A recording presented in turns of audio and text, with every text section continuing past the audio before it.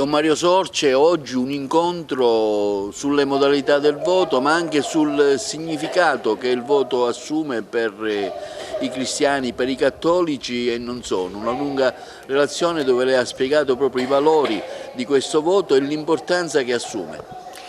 L'importanza dell'andare a votare innanzitutto, perché non possiamo demandare all'astensionismo la possibilità di far decidere ad altri il nostro futuro Parlamento regionale e nazionale.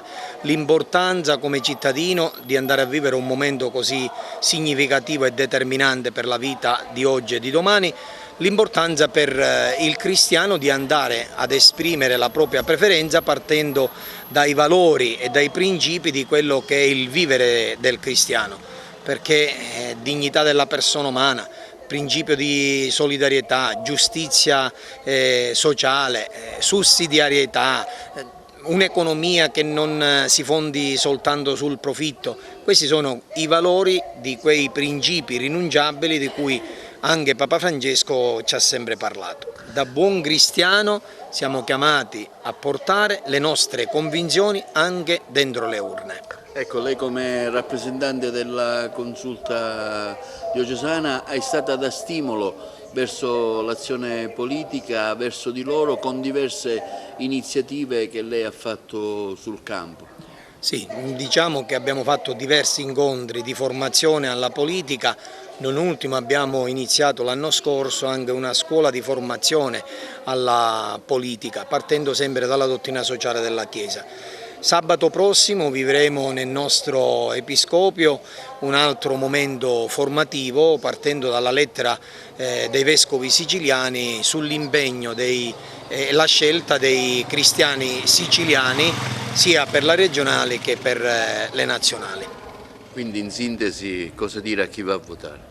Votate secondo coscienza, ma una coscienza che sia guidata dalla luce del Vangelo. Salvatore Pezzino nella qualità di coordinatore del Consiglio Pastorale Cittadino. Abbiamo voluto organizzare questo incontro che ci prepara all'appuntamento di giorno 17 quando illustreremo il documento dei vescovi siciliani in vista delle elezioni del 25 aprile per richiamare l'attenzione del Consiglio Pastorale ma anche di tutti i fedeli laici interessati all'importanza del momento del voto, perché il momento del voto, l'approccio del cristiano alla vita pubblica è un momento importante nel quale il cristiano deve dimostrare la sua coerenza.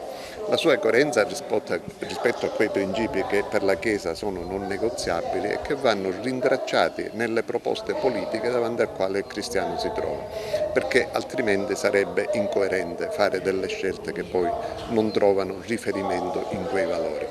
Abbiamo naturalmente aperto la discussione anche approfondendo i meccanismi del sistema di voto, perché il Rosatellum specialmente rispetto al voto per le regionali presenta alcune difficoltà, non è semplice da comprendere, quindi abbiamo cercato di spiegare agli elettori anche questi meccanismi di voto e soprattutto sollecitare tutti i cittadini, non solo quelli di fede cristiana, che bisogna andare a votare perché la partecipazione al voto è un momento altissimo di democrazia. La presenza dell'avvocatessa Falcetta è proprio questo, in questo momento sta spiegando proprio, sì, cioè da un punto di vista pratico come si vota. Esattamente, perché oggi con questo meccanismo lasciamo perdere il sistema proporzionale, ma per quanto riguarda i collegi uninominali e plurinominali è difficile per il cittadino anche inquadrare in quale collegio si trova e quali sono i candidati del proprio collegio, quindi stiamo cercando